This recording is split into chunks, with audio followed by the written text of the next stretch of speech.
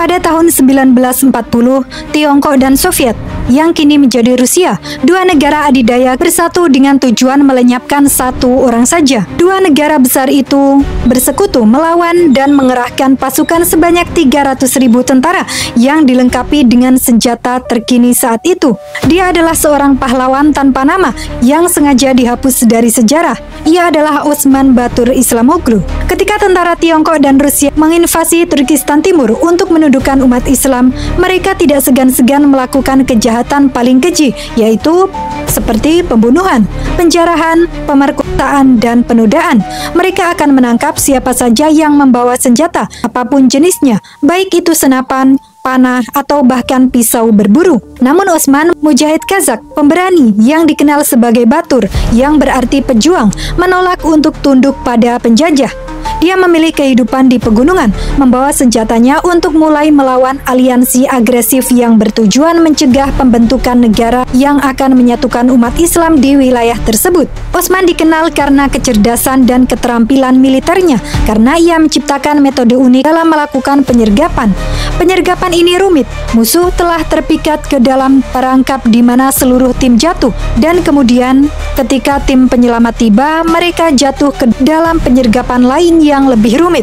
Dia melanjutkan strategi ini sampai dia menjebak seluruh pasukan dan menghancurkan mereka. Ketakutan terhadap Osman dan teman-temannya menyebabkan tentara Rusia dan Tiongkok menawarkan suap kepada komandan mereka hanya untuk menghindari dikirim ke daerah di mana prajurit tersebut dan pasukannya bertempur. Faktanya, penguasa militer Tiongkok itu begitu putus asa sehingga dia berkata, "Siapapun yang membawa kepala Osman kepadaku, hidup atau mati, aku akan memberinya waktu 70 hari agar istriku melakukan apapun yang dia inginkan." Namun istrinya melarikan diri ke kamp Muslim, dan di sana dia masuk Islam setelah menyaksikan akhlak tentara Muslim.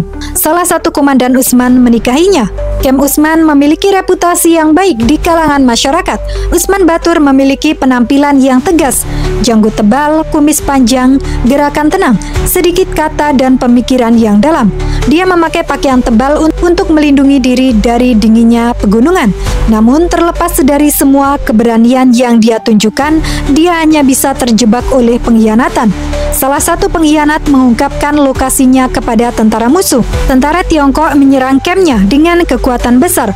Osman bertarung dengan 200 mujahidin dalam pertarungan yang sengit, namun kudanya akhirnya tersandung dan senjatanya gagal. Ia terus bertarung dengan belatinya hingga ia terjatuh dan terluka. Pada tanggal 29 April 1951, Osman Batur ditangkap.